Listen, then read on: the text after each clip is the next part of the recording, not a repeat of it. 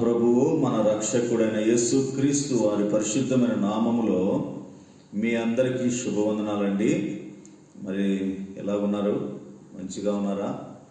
మరి దేవుని కృప మనందరికీ తోడైంది కనుక మనము మంచిగానే ఉన్నామని నేను తలంచుకుంటున్నాను. చివరి దినాల్లో మనం ఉన్నాము, కడవరి దినాలలో మనం ఉన్నాం. రాకడ సమయము దగ్గర పడుతున్న దినాలు ఇవి ప్రభు మనకు ముందుగానే మరి సువార్తల్లో హెచ్చరించినాడు. అయితే ప్రియులారా, మనం ఏదేమైనా రోజు రోజుకు కూడా ప్రభు దగ్గరికి వెళ్ళడానికి సిద్ధపడుతున్నామనే ఒక నిరీక్షణ మనకు అందరికీ ఉంది. కాబట్టి కలవరపడాల్సిన పని లేదు, భయపడాల్సిన పని లేదు. కనుక చిన్న ప్రార్థన చేసుకొని ప్రభు సహాయంతో ముందుకు వెళ్దాం. ఈరోజు వాక్యంకై ప్రార్థన. ప్రేమగల తండ్రి, పరిశుద్ధుడా, మీకు స్తోత్రం నాయన. మీరు ఇచ్చిన గొప్ప సమయం బట్టి స్తోత్రం, అవకాశం బట్టి స్తోత్రం నాయన. ఎంతోమంది ప్రభా ఈరోజు వాక్యాన్ని వినడానికి సిద్ధపడి ఉంటున్నారని నేను నమ్ముతున్నాను. ప్రభా, మీరు కూడా వాక్యం నాయన బోధించడానికి నన్ను కూడా సిద్ధపరిచినందుకు కృతజ్ఞతాస్తుతి స్తోత్రాలు చెల్లిస్తున్నాం. దయగల ప్రభా, ఈ వర్తమానం నాయన అయ్యా మీరు నాయన మీకు స్తోత్రం ప్రభా, ఈ వాక్యం విరిచి నాయన మీకు స్తోత్రం ప్రభా వడ్డిస్తే తప్ప దేవా మీకు స్తోత్రం మాకు చేతగాలు ప్రభా. దాసును మరుగు చేయండి, నిష్ప్రయోజకుడు ప్రభా కృప చూపించండి. వినేవారు నాయన గ్రహించి అనుసరించి వారినిగా చేయండి. యేసు పరిశుద్ధమైన నామములో ప్రార్థన స్తుతించి వేడుకొంచున్నాం తండ్రి, ఆమేన్.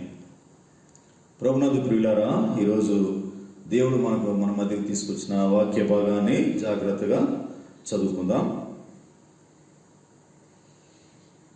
అపోస్తలుల కార్యములు 10వ అధ్యాయములో ఉన్న మొదటి 4 వచనాలను మనం జాగ్రత్తగా చదువుకుందాం.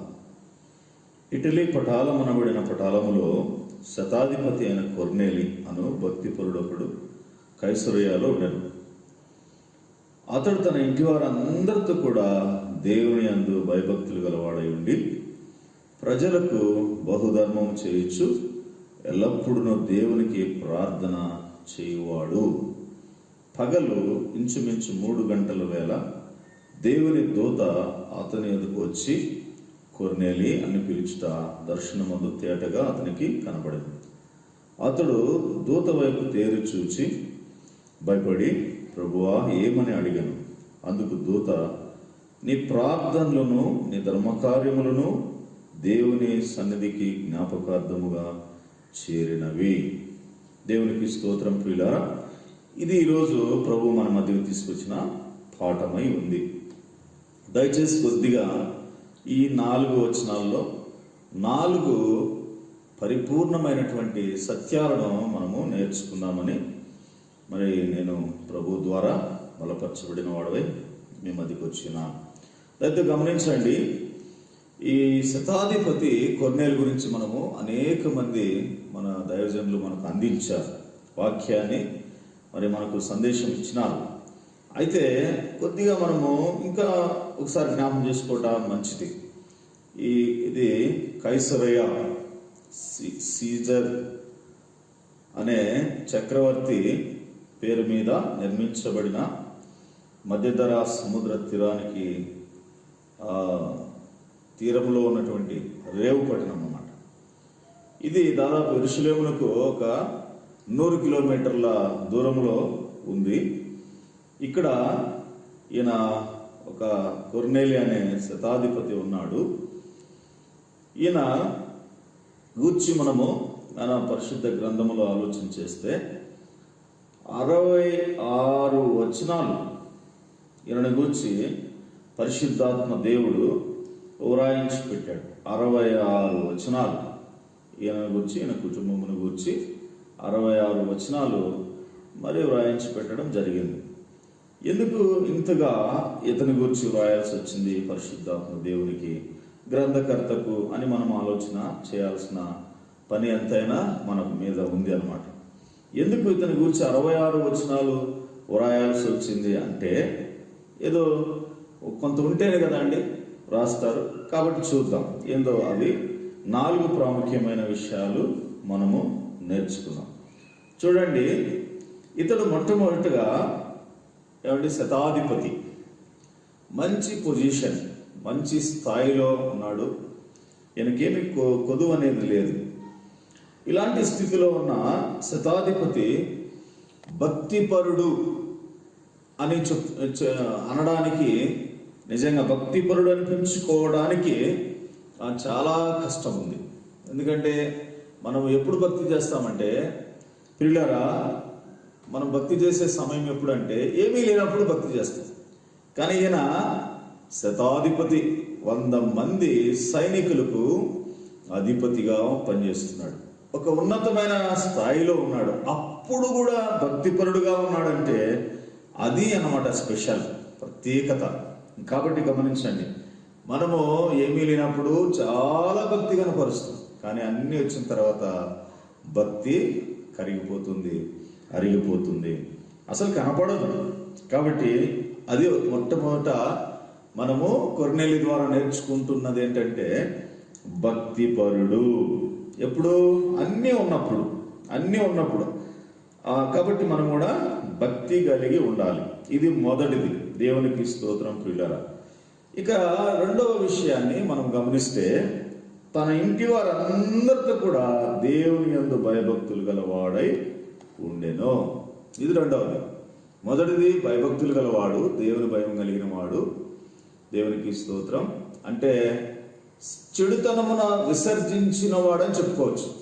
దేవుని భయం కలిగిన వాడంటే సమస్త చెడుగును అసహించుకున్నవాడు. ఒక పోలీస్ డిపార్ట్మెంట్లో ఉండి చెడుగును అసహించుకున్నాడంటే అది చాలా చాలా ప్రత్యేకమైనది.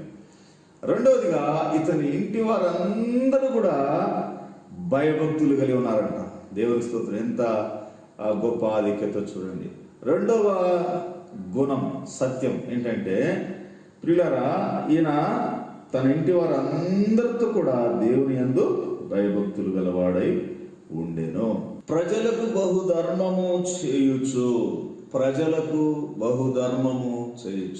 నిజంగా ఎంత వండర్ఫుల్ అంటే, ఒక రక్షణ శాఖలో ఉండి, పోలీసు వాడుగా ఉండి, సైనికుడిగా ఉండి, ఏమండి, ధర్మము, అది మామూలు ధర్మం కాదండి, ఏమండి, మామూలు ధర్మం కాదు, అది బహుధర్మము చేయుచు. ఎంత ఆశ్చర్యమండి. దేవునికి స్తోత్రం. ఎంత సుగుణమండి ఇది. ప్రజలకు బహుధర్మము చేయుచు. ఇతడు ఒక దేవుడి గురించి ఎరిగినవాడు కాడు కానండి, ఇతను యూదుల సాంగత్యము ద్వారా, అంటే 10:22లో మనము గమనించినట్లయితే, యూదుల సాంగత్యం, యూదుల వలన ఇతను గొప్పవాడుగా మనము ఉన్నాడని మనం చూడొచ్చు. చూడండి ఇక్కడ 22వ వచనం. అందుకు వారు నీతిమంతుడును దేవునికి భయపడువాడును యూద జనులందరి వలన మంచి పేరు పొందినవాడునైనా శతాధిపతి అని ఇక్కడ రాశాడు. కాబట్టి యూదులతో ఈయనకు సాంగత్యం ఉంది. కాబట్టి నిజ దేవుని గూర్చి ఇతను ఎరిగి ఉన్నాడు. అంటే ఆజ్ఞలను గూర్చి కూడా, దేవుని ప్రజలు మాట్లాడేటప్పుడు ఆజ్ఞలను గూర్చి కూడా విని ఉన్నట్లుగా మనము చూడగలుగుతున్నాం. కనుక ప్రియులారా, ఇక్కడ మనం ఆలోచించాలి. కనుక ఇక్కడ ఏమంటాడంటే, నిన్ను వలె నీ పొరుగు వారిని ప్రేమించు అనే మాట కూడా వినింటాడని నేను అనుకుంటున్నాను. ఈయన ఆ మాట పట్టుకొని, ఏమండి, దేవునికి స్తోత్రం, ధర్మకార్యాలు చేయడము ఆయన నేర్చుకున్నాడు. బహుధర్మం, ప్రజలకు బహుధర్మము చేయించు, 3వ సుగుణం. దేవునికి స్తోత్రం. ఆ తర్వాత 4వది ఏంటంటే, ఎల్లప్పుడూ దేవునికి ప్రార్థన చేయువాడు. ఒక రక్షణ శాఖలో ఉంటూ ఈయన దేవుని దగ్గర నుంచి అడిగి పొందుకోవడానికి అలవాటు పడ్డాడు. కానీ ప్రియులారా, ఒక సిగ్గుకరం, మనము పోలీస్ శాఖలో చాలా మంది, అంటే కొంతమంది నీతిమంతులు ఉన్నారు, కానీ నేను అందరినీ అనడం సరి అయినది కాదు, కొంతమంది ప్రజల దగ్గర నుంచి దోచుకోవడానికి అలవాటు పడిన వారు మనము చూస్తున్నాం. అయితే ఈయన అలా కాకుండా ఎంత జాగ్రత్త పడుతున్నాడంటే, దేవుని దగ్గర నుంచి పొందుకోవడం, ఆ తర్వాత అది ప్రజలకు ధర్మము చేయొచ్చు, ఈయన జీవితంలో అలవాటు చేసుకుంటున్నాడు. ఇప్పుడు 4వ వచనంలో రాయబడి ఉంది చూడండి. ఇలాగ ఉన్నాడు ఆయన, ఇంత మంచి సుగుణాలు కలిగి ఉన్నాడు. మొదటిది ఆయన భక్తిపరుడుగా ఉంటున్నాడు. రెండవదిగా తన ఇంటి వారందరితో కూడా భయభక్తులు గలవాడై ఉన్నాడు దేవుని యందు. ఏమండి, మూడవదిగా ప్రజలకు బహుధర్మము చేయుచున్నాడు. ఎల్లప్పుడూ దేవునికి ప్రార్థన చేయుచున్నాడు. అంటే దేవుని దగ్గర నుంచి పొందుకొనుచున్నాడు. దేవుని దగ్గర నుంచి పొందుకున్నది అది ప్రజలకు బహుధర్మము చేయుచు ఉన్నాడు. అయితే ప్రియులారా, ఇక్కడ మనం నేర్చుకోవాల్సిన పాఠం ఒకటి ఉంది. ఇతనికి ఏమండి 4వ వచనంలో చూద్దాము. అతడు దూత వైపు తేరి చూచి భయపడి, ప్రభువా ఏమని అడిగను. అందుకు దూత, నీ ప్రార్థనలను నీ ధర్మకార్యములను దేవుని సన్నిధికి జ్ఞాపకార్థముగా చేరినవి. ఇతడు వాస్తవంగా ఆత్మీయుడు కాదండి. అయితే ఆత్మీయుల అడుగుజాడల్లో నడుచుకుంటున్న వ్యక్తిగా మనం చూస్తుంటున్నాం. వారితో సాంగత్యం ఉన్నందువలన యూదుల వలన మంచి పేరు సంపాదించిన వాడుగా, అంటే సాంగత్యం ఉంది అన్నమాట. చూడండి, విశ్వాసులతో సాంగత్యం చేసిన ఒక అన్యుడు ఎంత జాగ్రత్త పడుతున్నాడండి. ఈ దగ్గర నుంచి మనం ఎంత గొప్ప పాఠాలు నేర్చుకోవచ్చండి. దయచేసి గమనించండి ప్రియులారా. అందుకనే అయితే ఆయనలో ఉన్న లోపం ఏంటంటే ఆయనకు పాప విమోచన లేదు, పాప విముక్తి లేదని 11వ అధ్యాయము మనం గమనిస్తే 13వ వచనములో ప్రియులారా 11:13లో గమనిద్దాం. అప్పుడు అతడు, నీవు యొప్పేకు మనుషులను పంపి పేతురును మారుపేరు గల సీమోనును పిలిపించుము. నీవును నీ ఇంటి వారందరూ ఏ మాటల వలన రక్షణ పొందుదురో ఆ మాటలు అతడు నీతో చెప్పునని తన ఇంట నిలిచి తనతో చెప్పిన యొక్క దేవదూతను చూచిన సంగతి మాకు తెలిపాను.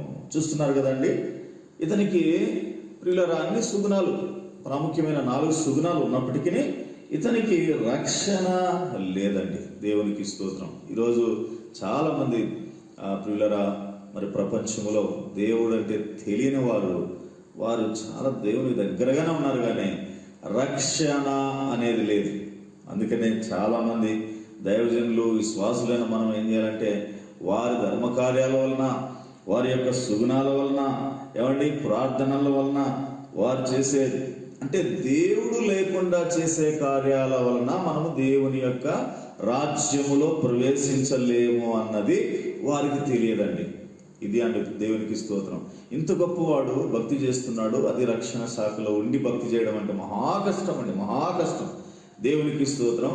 ఒక సైనికుడిగా ఉండి ప్రియులారా అలాగా నీతిగా బ్రతకడం బహు కష్టం. అయితే కూడా చూడండి ప్రియులారా, ఆయన దేవునికి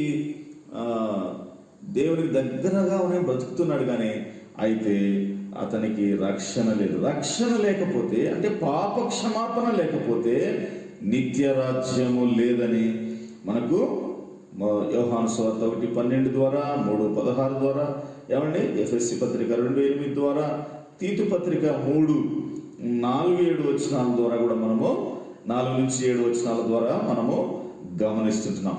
పాప క్షమాపణ లేదా పాప విమోచనము లేకుండా దేవుని రాజ్యములో ప్రవేశించుట తగదు. కాబట్టి దేవునికి స్తోత్రం ప్రియులారా. చివరిగా ఈ వచనాలు చదువుకొని మనము ముగించుకుందాం. ఏంటంటే తీతు పత్రికలో నుంచి ఒక అమూల్యమైన పాఠాన్ని మనం ఇక్కడ గమనిస్తుంటున్నాం. తీతు పత్రిక 3వ అధ్యాయము మనము చివరి వచనాలుగా చదువుకొని ముగించుకుందామండి. ఏంటంటే 4 నుండి, మన రక్షకుడు అయిన దేవుని యొక్క దయయు మానవుల యెడల ఆయనకున్న ప్రేమయు ప్రత్యక్షమైనప్పుడు మనము నీతిని అనుసరించి చేసిన క్రియల మూలముగా గాక తన కనికరం చొప్పుననే పునర్జన్మ సంబంధమైన స్నానము ద్వారాను పరిశుద్ధాత్మ మనకు నూతన స్వభావం కలుగజేయట ద్వారాను మనలను రక్షించెను. మనం ఆయన కృప వలన నీతిమంతులమని తీర్చబడి నిత్య జీవము గూర్చిన నిరీక్షణను బట్టి దానికి వారసులగుటకై ఆ పరిశుద్ధాత్మను మన రక్షకుడైన యేసు క్రీస్తు ద్వారా ఆయన మన మీద సమృద్ధిగా కుమ్మరించెను. దేవునికి స్తోత్రం. గమనిస్తున్నారా అండి?